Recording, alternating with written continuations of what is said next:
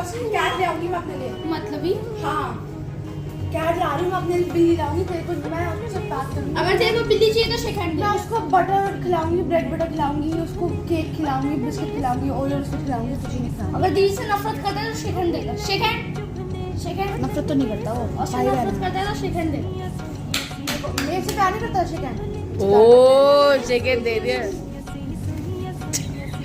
भाई बहन का रिश्ता।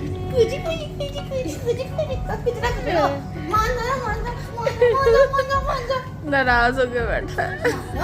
सोच रहे हैं दीदी ने क्या कर दिया। ओ ऐसे नाराज। इतना बड़े दांत।